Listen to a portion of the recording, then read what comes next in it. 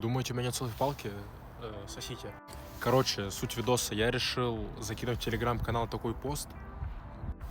Маленькие дети начали осуждать меня, типа, ой, фу, не то тоже. Но мало кто задумывается, только единицы понимают, что вот это все приколы с Маяковским — это лишь пару фраз, а все остальное — это чисто моя харизма и все. Наверное, люди немного недопонимают, что я имею в виду, когда пишу то, что Маяковского больше не будет. Я имею в виду, что именно такого формата видосов, как раньше, не будет. А те же самые угары, харизма — это же я, тот же самый Илья, но просто с другими идеями, более глобальными, более интересными для меня. Да, безусловно, я понимаю, что Маяковский мне дал вот как раз-таки ту известность, когда меня начали узнавать на улицах даже вот сейчас.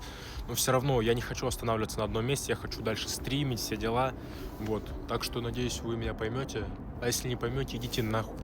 Ну ладно, если без приколов, вообще без негатива. Обнял. По-пацански обнял, что окей, сука.